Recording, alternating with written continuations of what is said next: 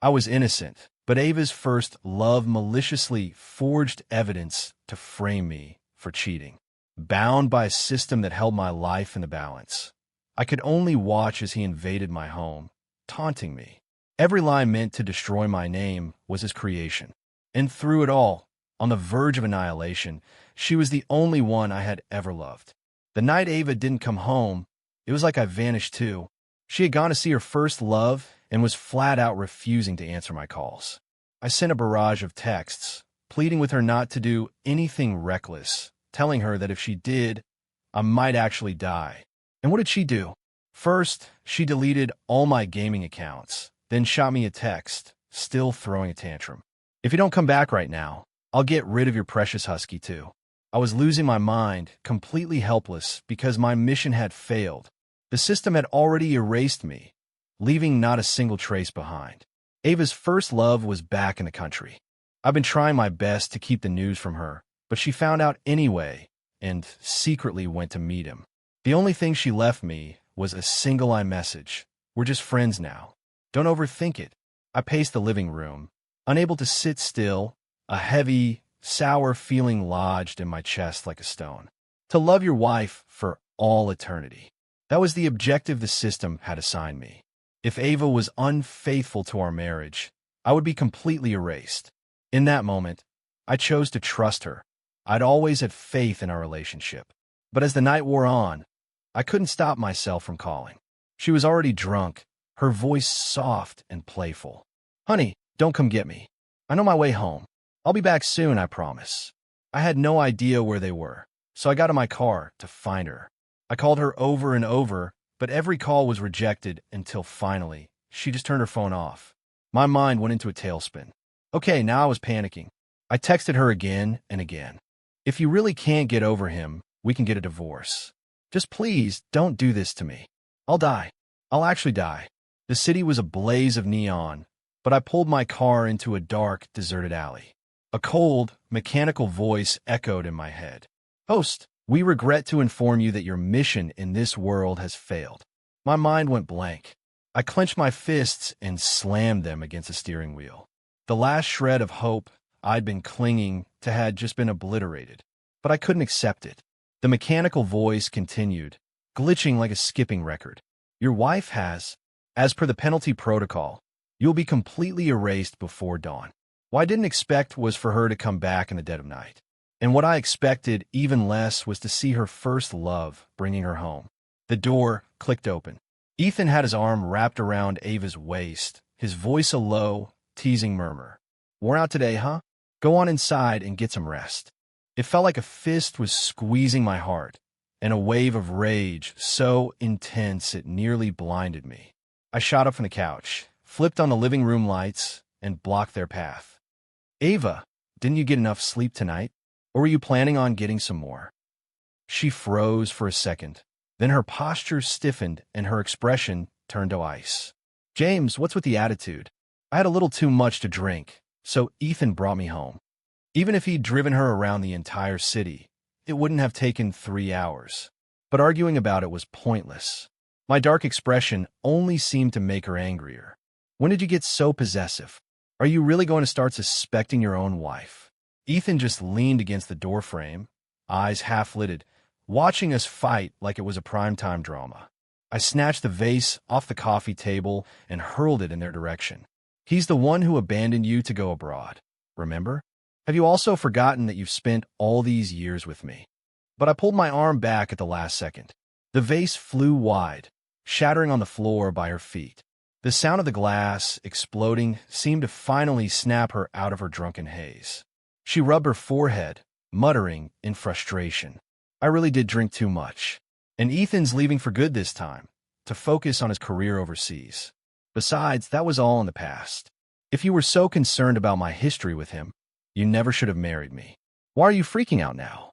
I let out a dark little laugh, pulling a cigarette from my pocket and sticking it between my lips. I felt like a complete joke. Stop pretending, I said. Just admit what you did. The smoke drifted towards her face, and she frowned. Admit what? Ethan went through so much by himself overseas. What did he do wrong? Can you just leave him alone? I'm begging you. I shrugged. No, Besides, you won't have to see me again after tonight. Ethan let out a short laugh, a smirk twisting his lips. I'll let you two talk. I'm heading out. After the door closed, Ava's expression softened. She stepped closer, wrapping her arms around my neck. She went up on her toes, brushing her nose against mine. Honey, still jealous? Don't be. You're the one I love most. I swept her up into my arms. Her warm breath on my neck sent a jolt through me, but then the thought of her with him flooded my mind, and I let go. She hit the floor with a hard thud. I scrubbed at my face where she'd touched me. You're disgusting. I spat, literally spitting on the floor. She just stared, frozen, the pain too sharp for tears. After a long moment, she struggled to her feet and stormed towards the exit, flinging the door open. James, you'll regret humiliating me like this. If you hadn't paid him off, forcing Ethan to leave the country, I would have married him. It never would have been you. In college, Ava was every guy's dream girl.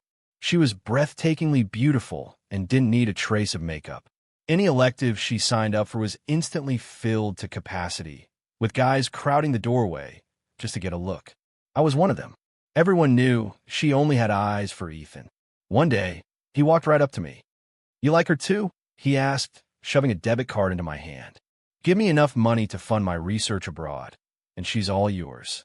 We were supposed to be rivals, yet here he was, offering to just hand her over. I didn't hesitate. I transferred the money and personally saw my greatest competition out of the picture. The system's conquest mission began the moment I first laid eyes on Ava. The first objective was simple: marry her. I felt zero pressure. In fact, I was thrilled. I was genuinely in love with her, and with Ethan gone, I finally won her over with sheer persistence. The day she agreed to marry me, she said, "When I see a rainbow, I want to send you a picture. When I hear a beautiful song, I want to sing it for you. When I'm sad, I want you to be the one who understands. I want to share every good thing with you the moment it happens. But if you take too long to text back, my mind starts racing, and I worry you don't care anymore. I hate feeling that insecure. So, James, let's get married."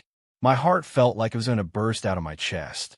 I'll never forget that day, or the system's cheerful notification, "Mission complete." But I never imagined a second conquest mission would follow. A lifetime, a single love.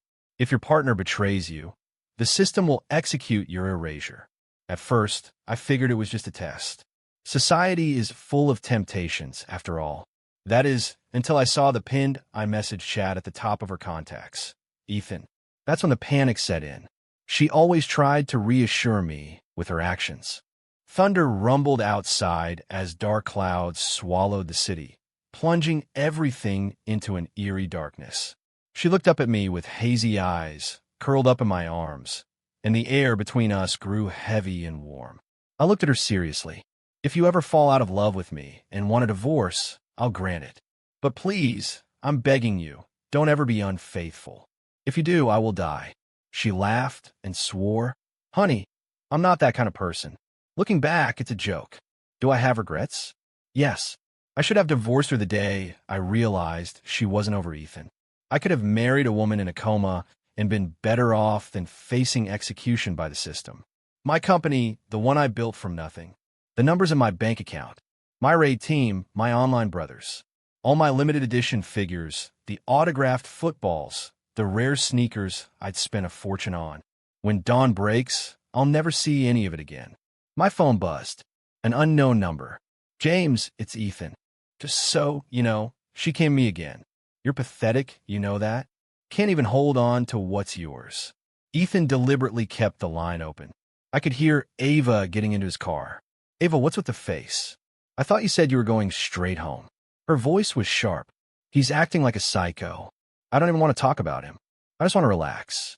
I can't stand the sight of him right now. Ethan chuckled. Funny. You sound a lot more certain when you emailed me to say you were marrying him. If you're having second thoughts, maybe you should reconsider who you belong with. I was your first love, Ava. Don't tell me you haven't thought about me at all over the years. Her voice softened. Okay, Ethan, that's enough. The line went dead. I was sprawled on the couch, the ashtray next to me overflowing. Dawn wasn't far off. I pulled out my phone and called my best friend, David. He picked up, his voice thick with sleep. Dude, it's the middle of the night. You just scare the life out of me. We grew up together. He's closer to me than a brother. I was just calling to tell him my final wishes, but the moment I heard his voice, a strange sense of calm washed over me. Ava cheated on me, I said. I'm going to die. He clearly didn't get it, his voice getting louder. No way. Her? Cheat? I wouldn't believe that in a million years. She doesn't even look at other guys. Ethan's back.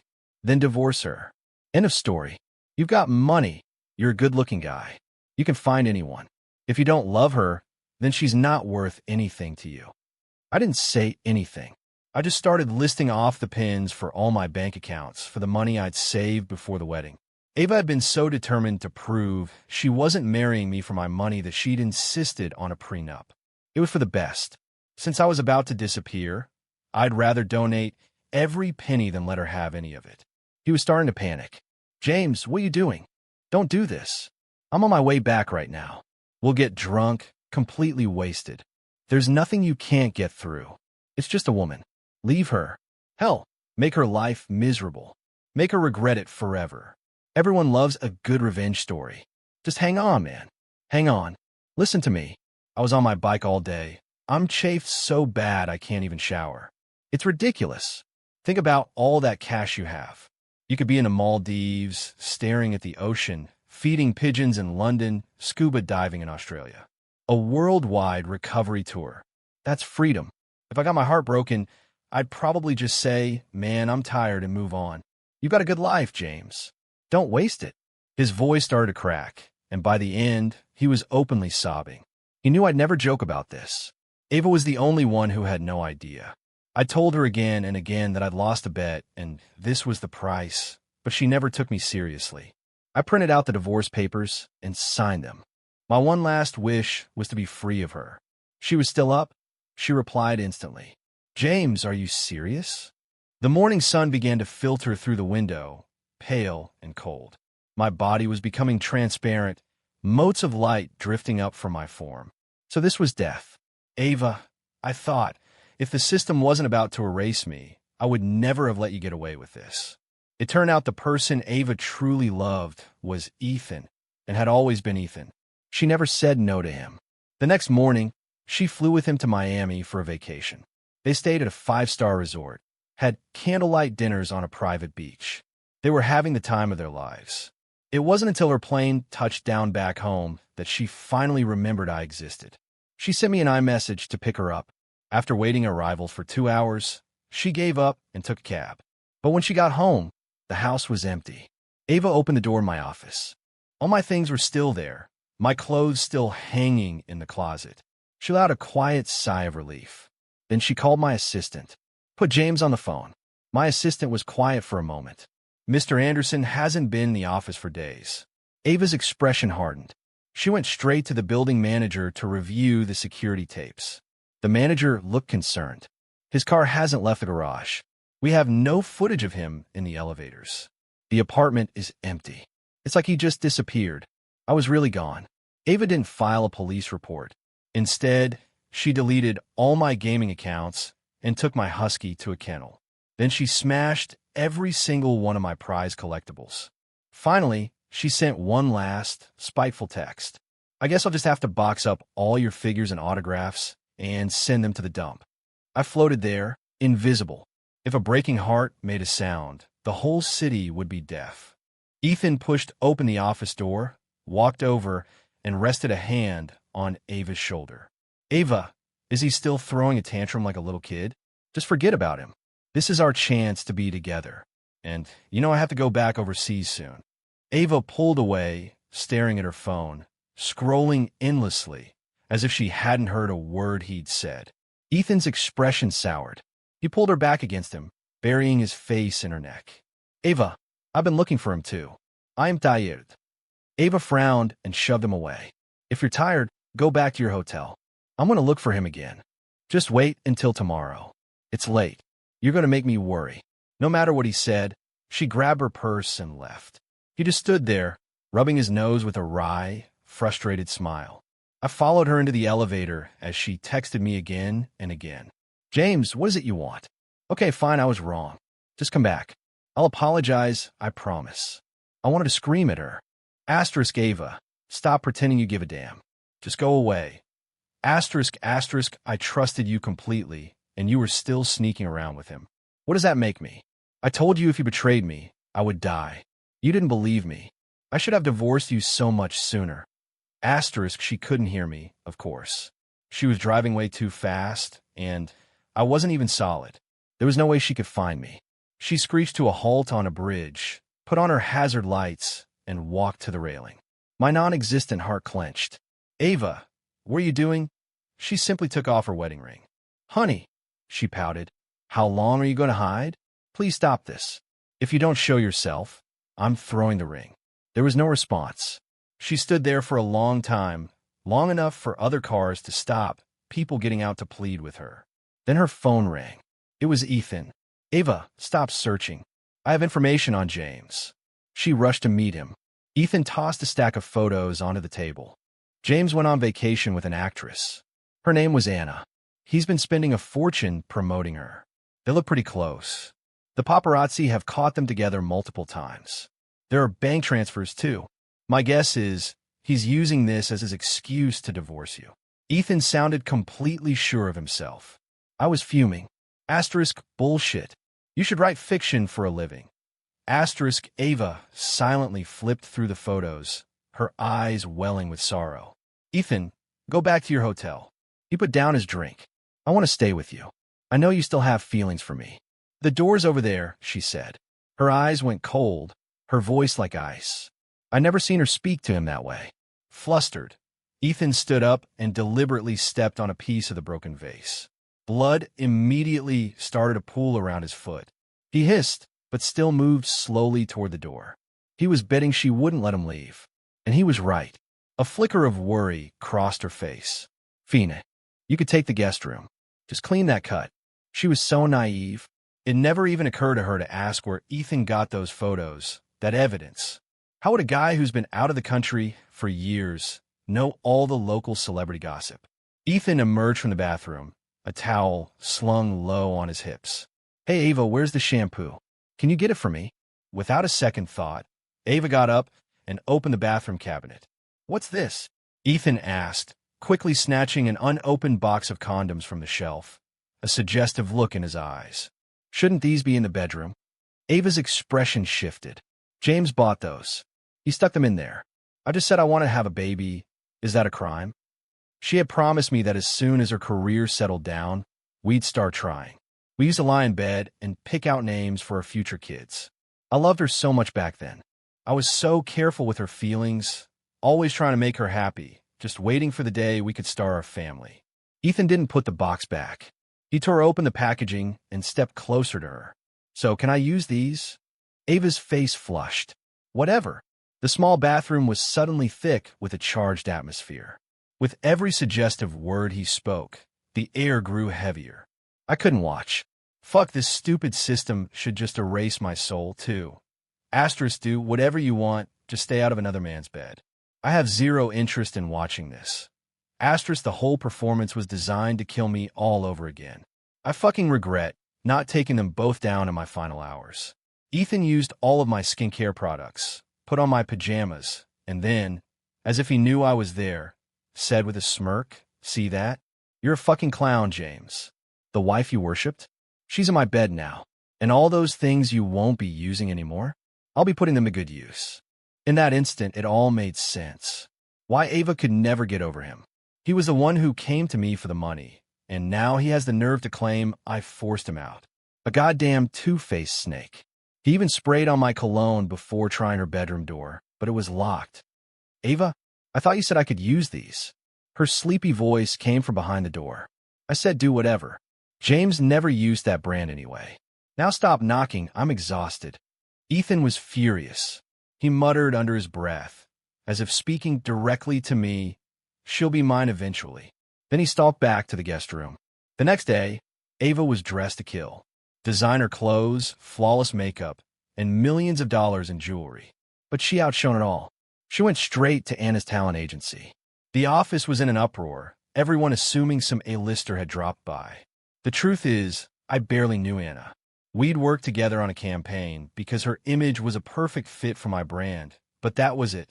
She was professional and easy to work with, no ego at all. At the wrap party, I had too much to drink, and she called an Uber for me.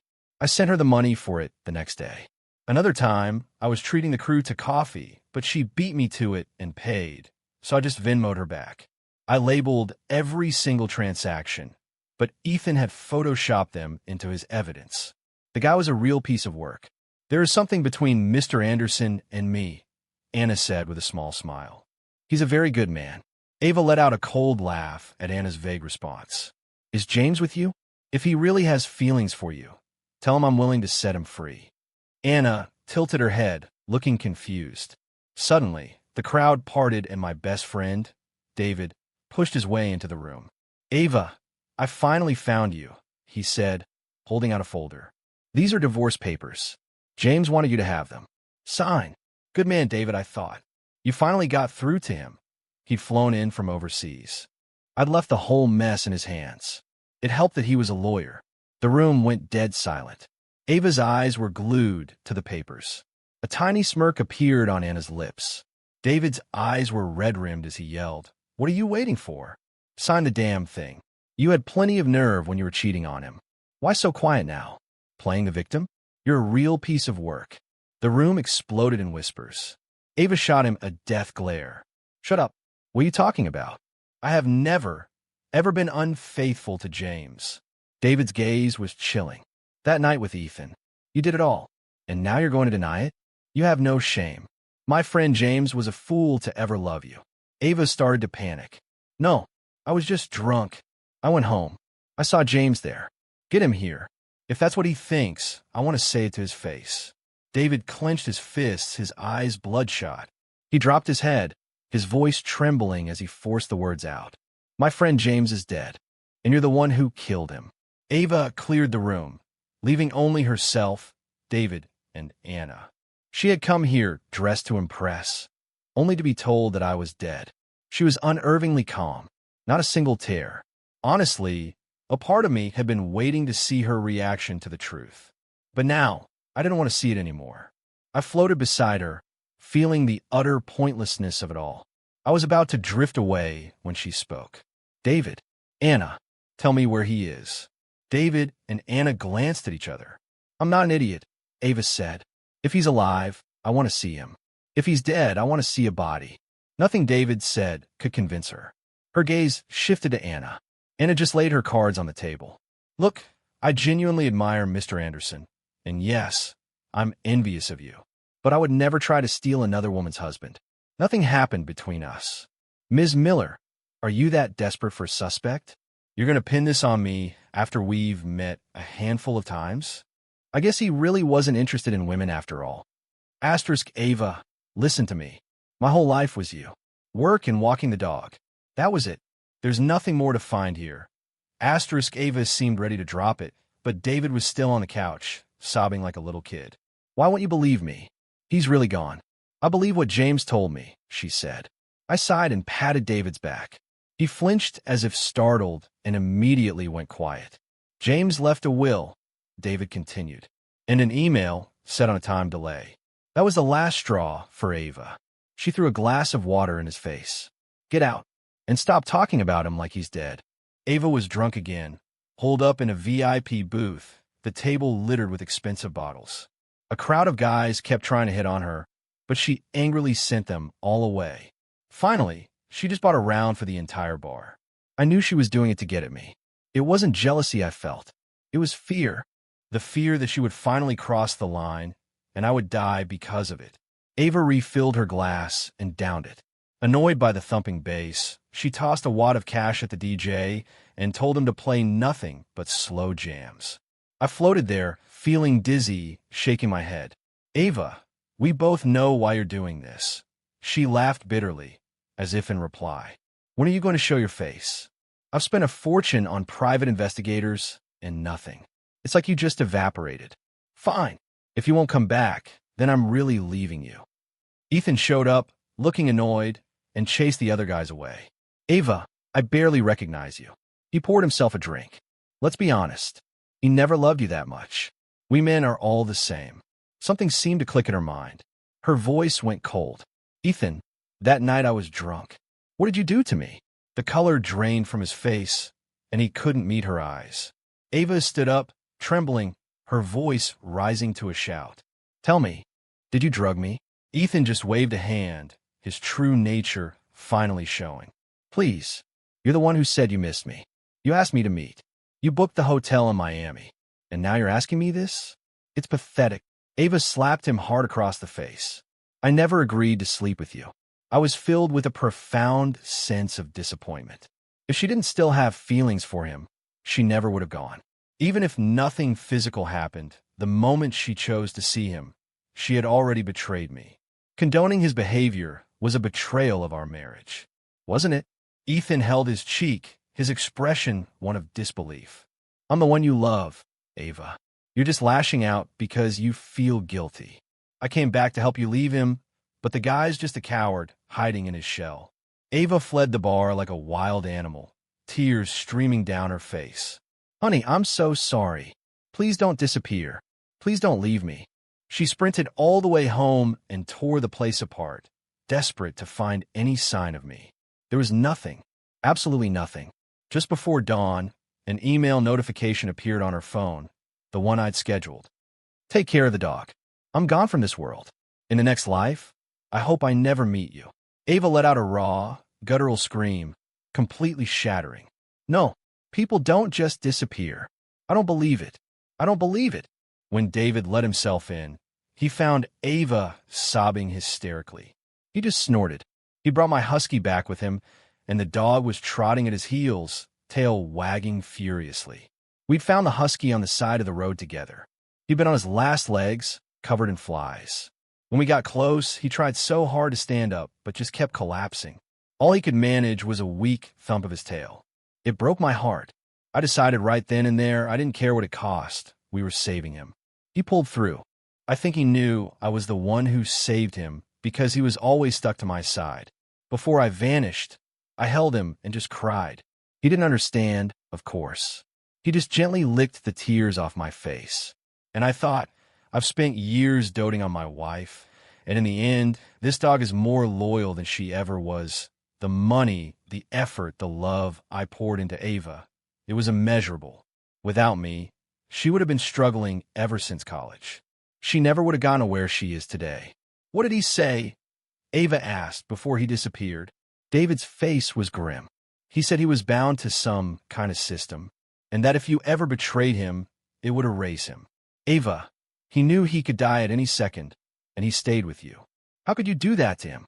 And don't worry, you're not getting a dime. He left everything to me. The house, the dog, all of it. I'm having it all moved out. I don't care if you believe me or not. I believe him. And if he'd told me to bury you both, I would have done it without a second thought. Frankly, I'm sick of this. I flew halfway across the world to clean up your mess, and you're out harassing some actress? You got serious problems. Ava buried her face in her hands, trying to stifle her sobs. I knew then that she finally believed it. If this was just me being petty, I wouldn't have stayed gone this long. I wouldn't have planned it all so perfectly. The movers arrived and started packing everything up that night. Ava reached out to pet the husky, but he just lifted his leg and peed on her. I almost applauded. Tears streamed down Ava's face again. You don't want me either? Just then, Ethan stumbled in, drunk. He saw the movers and exploded. What the hell is going on here? Stop. Everyone stop. Before anyone could stop her, Ava was in his face. Ethan, how could you? He's dead because of you. If you hadn't come back and ruined everything, James and I would still be happy. You drugged me. You're disgusting. Ethan's eyes were bloodshot, but he just laughed, pointing at her. And you think you're any better? We're the same, you and I. We both clawed our way out of nothing. You call me disgusting, but at least I made it on my own steam with a little help from you. But you? What do you have besides that pretty face? Without James, you're nothing. Fine, you want the truth? I came back for you. I sold you to him for the money all those years ago. And ever since, I've wondered if you were actually worth it. Ava's breath hitched, and she clutched her chest, coughing hard. I felt nothing for her. Once someone cheats, regardless of the reason, there's no going back. That was the end of Ava and Ethan. He'd never planned on leaving the country again. It was just a lie. He'd blown through all the money and had come back hoping to squeeze more out of me. But I was gone. And thanks to the prenup and my will, Ava was left with nothing. For weeks, she lived in a daze, losing all track of time. She locked herself in our house, crying my name. Honey, it's been 3 months. I miss you so much. Are you still mad? Please, it's my fault. I know I was wrong. Please come back to me. I'll be with you until we're old. I only want you. I floated above her, a cold smile on my face. Liar. Watching her suffer like this, I no longer felt any pity. There was even a dark part of me that enjoyed it. Just when I thought she'd finally hit rock bottom, she called Ethan. A leopard never changes its spots. Ethan had been a total failure overseas, ending up in some dead-end job at a small town. That whole elite persona was a complete fabrication. When Ava called him, he was over the moon. Ava bought flowers. Ava, you have no idea how happy I was to hear from you. I'm so glad you've finally seen the light. The car was filled with an awkward silence as Ava drove without him. Ethan finally broke. So where are we headed? The coast, she said. Ethan's eyes lit up. Perfect. I love the ocean. Remember Miami? That sunset on the beach. You were standing there, and you were so beautiful I couldn't breathe. But as the speedometer needle kept climbing, Ethan started to get nervous. Ava, slow down. You're doing 90. This is insane. Ava's face was a mask of ice. Oh, so you know what danger is, you scumbag. And she slammed the gas pedal to the floor. Ethan went pale, lunging for the wheel. Stop. Stop the car. They couldn't save her legs. She would spend the rest of her life in a wheelchair. I found myself wondering what her face would look like when she woke up. David never left her bedside, watching her vitals. The slightest change, and he was calling a nurse. 3 days later, she finally regained consciousness. To my complete surprise, the first thing David did was pull the divorce papers from his bag and press a pen over it. Sign it, he said. James's last wish was to be free. If you ever loved him, you'll do this. A single tear traced a path down her cheek, and I felt a pain in my chest. David had lost weight over the past 3 months, handling every last detail I'd asked him. At least the gold bars I'd left him in the safe had been worth it. Weekly, Ava signed her name. In that instant, my entire life was a flash before my eyes. Our first meeting, falling in love, everything. All those ordinary days when I had so carefully guarded our love. Even then, a part of me knew it could all come crashing down, shattering everything beautiful. Did I hate her? The shame of her betrayal was etched into my very bones. If it weren't for the system's destruction mission, I probably would have lost my mind trying to get revenge. But seeing her suffering now, my anger began to fade. Why do we only realize how much we love someone after they're gone? After Ava left the hospital, David checked her into a rehab facility. Whether she'd ever walk again was up to her. Either way, I was grateful for everything he'd done. He'd said letting her die would be too easy. Better to let her live with her regret. Back at my place, David brought the husky home and laid a stack of papers on my desk. The divorce decree and a power of attorney. He gritted his teeth, stamped my signature on the documents, and took a deep breath. James, he said to the enemy, remember how we used to play those games? We were always looking for speed runs, but what we really loved was finding the glitches, the bugs, and the system errors. I had no idea what he was talking about, but then my spirit began to fade. And then I heard it. The system's cold voice. No status, unmarried. Conquest mission automatically deleted. The next second, solidified right in front of him. He stared for a few seconds, then broke into a grin and punched me lightly on the chest. If you hadn't shown up, I was about to donate all your money and sign us both up for volunteer work in Africa. I saw how bloodshot his eyes were and pulled him into a hug. The husky jumped up, nudging my hand, and I scratched his head. Good boy. David crossed his arms and raised an eyebrow. You know, a simple divorce could have fixed all this. You didn't have to take the mission. Did you really love her that much? I shook my head. Anything that can be lost that easily isn't worth as much regret. In the real world, there's a name for throwing yourself into a fire like that. It's called being a fool for love, and I deserve it. The core lesson of this story is a warning. Never tie your self-worth to someone else's loyalty. True strength is giving your all in love, while also being able to find yourself again in love. May we all have the courage to love without reservation, and the fortitude to walk away.